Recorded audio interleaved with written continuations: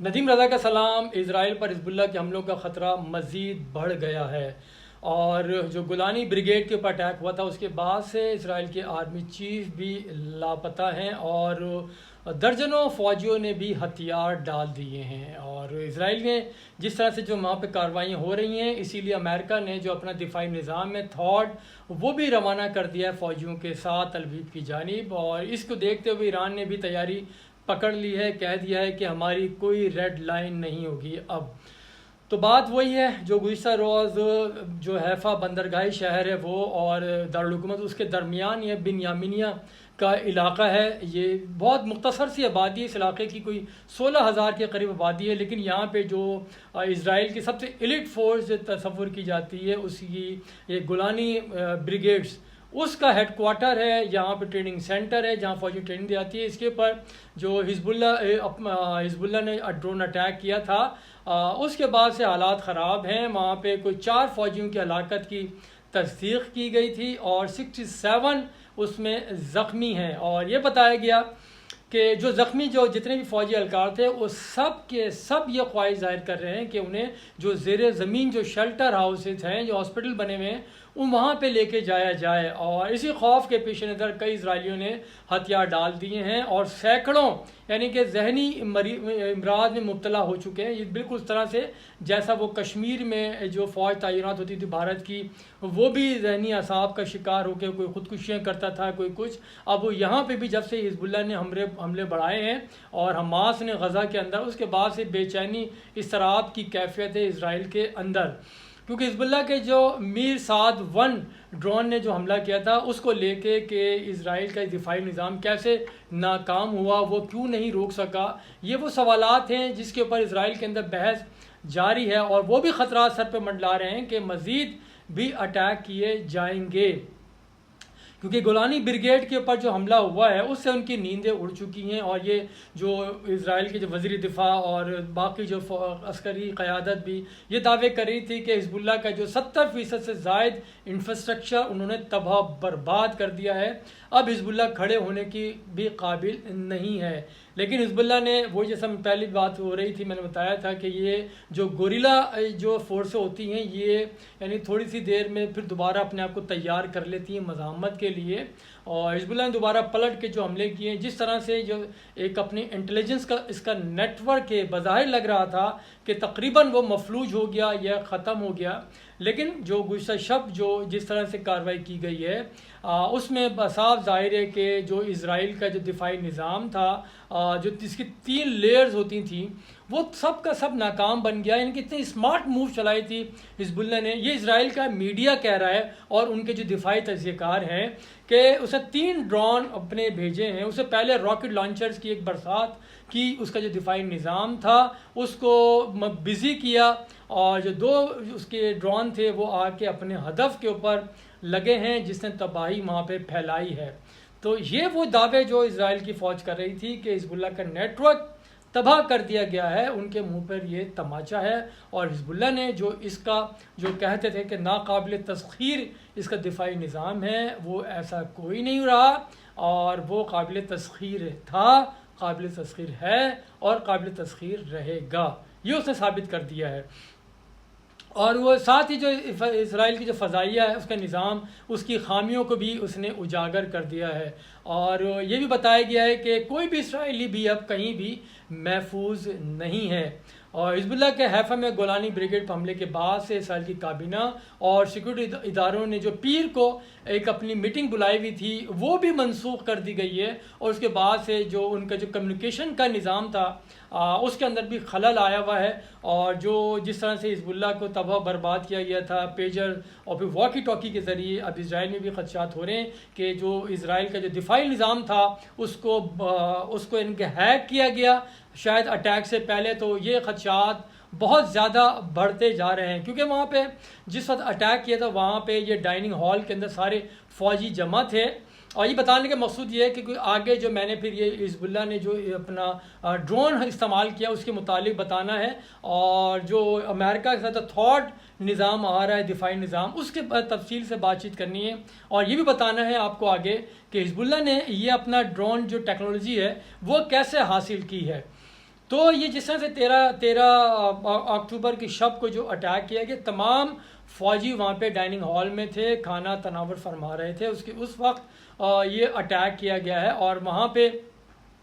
Army chief کا بھی بتایا گیا کہ وہ بھی تھے، لیکن اس کے بعد سے ان کی کوئی اطلاع نہیں ہے۔ اب یہ میں بتاؤں آپ کو، جو اتوار کو حزب اللہ نے اسرائیلی فوج کی اہم ترین گولانی بریگیڈ پر اپنی انٹیلیجنس کی بنیاد پر جو انتہائی مہارت سے حملہ کیا ہے، اس حملے میں 3 ڈرون اور درجنوں راکٹ استعمال کیے گئے۔ ایک ڈرون ہدف پہ لگنے سے پہلے اسرائیلی فوج نے ناکارہ بنایا، لیکن 2 ڈرون اپنے ہدف پہ لگے ہیں، اور اس حملے میں ڈرون میرساد 1 استعمال کیا گیا ہے۔ یہ ڈرون ایرانی ڈرونز کے اوپر یعنی اسی کی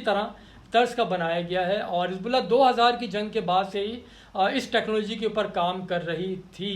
اور اسرائیلی ماہرین کا کہنا ہے کہ میرساد 1 ایران کے مہاجر 2 ماڈل طرز کا یہ ڈرون ہے، اور قریب ترین علاقوں میں کارروائیوں کے لیے حزب اللہ نے اس میں معمولی سی کوئی رد و بدل کی ہے، جس کے بعد یہ اپنا مختصر یا جو فاصلے تک ان کو بآسانی نشانہ بنا لیتا ہے، اور یہ ڈرون جو ہے وہ 40 کلو گرام تک دھماکہ خیز لے جانے کی صلاحیت رکھتا ہے، اور اس کی رفتار 300 کلومیٹر فی گھنٹہ ہے۔ یہ ڈرون 120 کلومیٹر کے علاقے میں اپنے ہدف کو بآسانی نشانہ بنا سکتا ہے۔ حزب اللہ 2002 سے بھی میرساد کو جاسوسی اور حملوں کے لیے استعمال کر چکا ہے۔ اسرائیلی دفاعی نظام کو دھوکہ دینے کی صلاحیت رکھنے والا یہ ڈرون اسرائیل میں داخل ہوتا ہے اور اپنی معلومات لے کے واپس اپنی منزل پر اتر جاتا ہے۔ حزب اللہ کی جنگی حکمت عملی پر اسرائیل کی فوج اور میڈیا بھی پریشان دکھائی دے رہا ہے۔ وہ کہتے ہیں کس طرح حزب اللہ نے دفاعی نظام کو دھوکہ دیا، پہلے راکٹ فائر کیے، پھر وہ اس نے ڈرون لانچ کیے ہیں، اور ایک ڈرون بنیامین کے علاقے میں جو سراغ لگانے اور حادثے سے بچنے میں بھی کامیاب ہوا۔ تو اس کے اوپر وہ بہرحال بڑے حیران ہیں کہ کس طرح سے یہ ڈرون اپنا میرساد 1 جو ہے اسرائیل میں جاتا ہے، اپنی معلومات جمع کرتا ہے اور پھر چلا بھی جاتا ہے۔ اور اسرائیل کے ماہرین یہ بھی کہتے ہیں کہ حزب اللہ کی صلاحیتیں بڑھانے کے لیے ڈرون کا استعمال ایران کی وسیع حکمت عملی کا حصہ ہے۔ حزب اللہ نے اپنی موجودہ میزائل اور راکٹ صلاحیتوں کی تکمیل کے لیے اپنے ہتھیاروں میں ڈرونز کو تیزی سے اضافہ کیا۔ میرساد 1 جیسے ڈرون حزب اللہ کو اسرائیلی سرزمین پر اپنے اہداف کو کامیابی کے ساتھ نشانہ بنانے کی صلاحیت بڑھاتے ہیں اور اس میں مددگار بھی ثابت ہوتے ہیں۔ اس ٹیکنالوجی کو حزب اللہ نے سالوں کی آزمائش اور غلطیوں کے بعد مسلسل تجربات کے بعد بہتر بنایا ہے۔ میرساد 1 حزب اللہ کے ڈرون بیڑے میں بہت سے ڈرون ایسے ہیں کہ وہ ابھی استعمال بھی نہیں کیے گئے۔ یہ تو ایک اس کی پہلی قسم ہے، اور بھی اس کے ساتھ جدید طرز کے ڈرون اس کے بعد موجود ہیں کہ وہ ان کو استعمال کر سکتا ہے، کیونکہ یہ اسرائیل کا جو ریسرچ سینٹر ہے وہ بتا رہا ہے کہ حزب اللہ کے پاس 2000 سے زائد ڈرونز ہیں۔ میرساد 1 ان میں سے ایک تھا۔ ابھی تو اس کے پاس ایرانی ساختہ مہاجر 4 اور شہید ڈرون جیسے ماڈلز بھی باقی ہیں جنہیں بھی استعمال نہیں کیا۔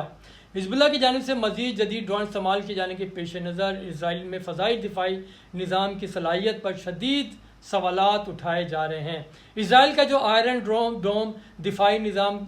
جو وہ ہے کہ راکٹ تو روک لیتا ہے، لیکن میرساد 1 جیسے ڈرون کو روکنے کی صلاحیت وہ نہیں رکھتا، جو اس حملے کے بعد سے یہ ثابت ہوا ہے۔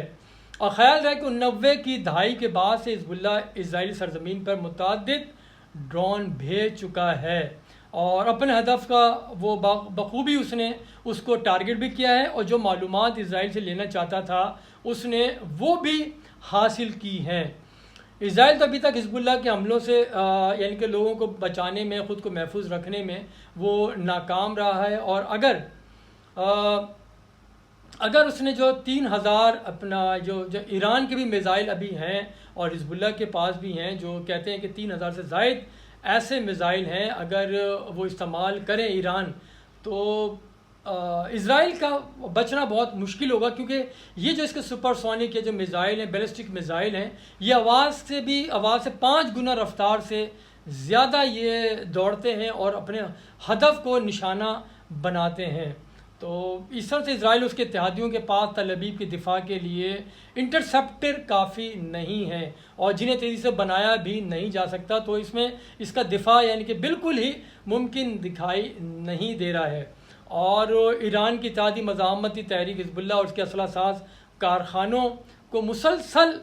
اسرائیل نشانہ بھی بناتا رہا ہے، لیکن اس میں کامیابی اس کو نہیں ہوئی ہے۔ بڑھتے ہوئے حملوں کے پیش نظر اسی لیے اسرائیل کو محفوظ بنانے کے لیے امریکہ اپنا دفاعی نظام تھاڈ وہ تل ابیب کی طرف اس نے روانہ کر دیا۔ اس کے ساتھ جو اس کو 100 فوجی اس کے چلائیں گے، پہلے مرحلے میں 100 فوجی وہ بھی بھیج دیے ہیں۔ تھاڈ بیٹریز کو چلانے کے لیے عام طور پر تقریباً 100 فوجیوں کی ضرورت ہوتی ہے۔ اس میں 6 لوری ماؤنٹ لانچر شامل ہوتے ہیں۔ ہر لانچر پر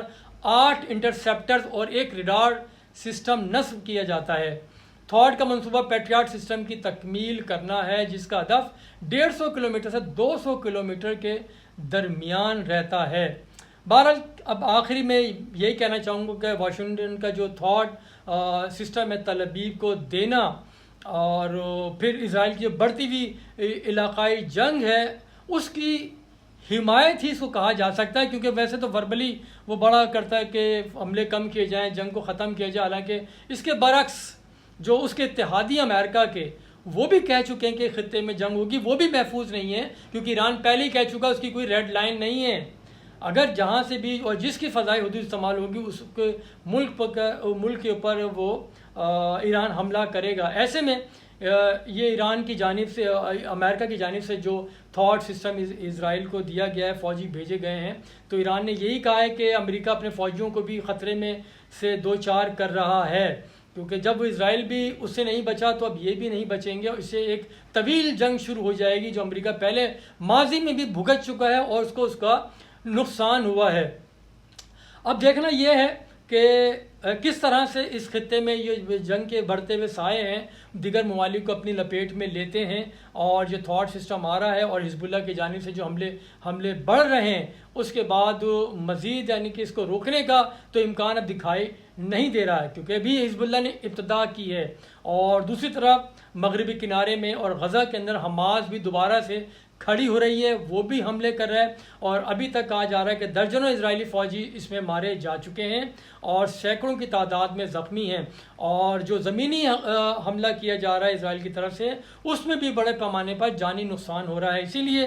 اسرائیل نے دعویٰ کیا ہے کہ پچھلے 24 گھنٹے کے دوران اس نے 250 مقامات پہ جو حزب اللہ کے کہا جا رہا ہے کہ وہ ٹھکانے تھے اس کے اوپر بمباری کی گئی ہے۔ اگر 250 مقامات پہ 24 گھنٹے میں کی گئی ہے اور روزانہ کی بنیاد پہ جو 100 حملے کر رہا ہے، تو اس طرح تو پورے حزب اللہ کو ختم ہو جانا چاہیے تھا۔ وہ صرف دعوے میرے خیال میں اسی لیے کیے جا رہے ہیں کہ اپنے اسرائیل کے عوام کو ٹھنڈا کیا جائے، وہ کسی بھی طرح سے جو زیر زمین تہ خانے بنائے ہوئے، خندقیں کھودی ہوئی ہیں، وہاں پورے شہر آباد کیے ہوئے زیر زمین، کہ وہ کم از کم باہر نکلیں اور معمولات زندگی پر آئیں، لیکن ایسا وہاں کوئی بھی نہیں ہو رہا ہے، کیونکہ اسرائیلی فوجی جو لڑنے کے لیے منع کر رہے ہیں وہ خود زیر زمین جا کے شیلٹر لینے پر مجبور ہیں۔ تو ایسے میں جو اسرائیلی عوام ہے وہ کہاں رہ سکے گی؟ اس کا برڈن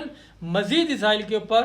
بڑھے گا، اور دیکھنا یہ کہ جو خطے کے دیگر ممالک ہیں، بالخصوص عرب ممالک، وہ اس جنگ کو رکوانے میں کیا کردار ادا کرتے ہیں۔ بہت شکریہ،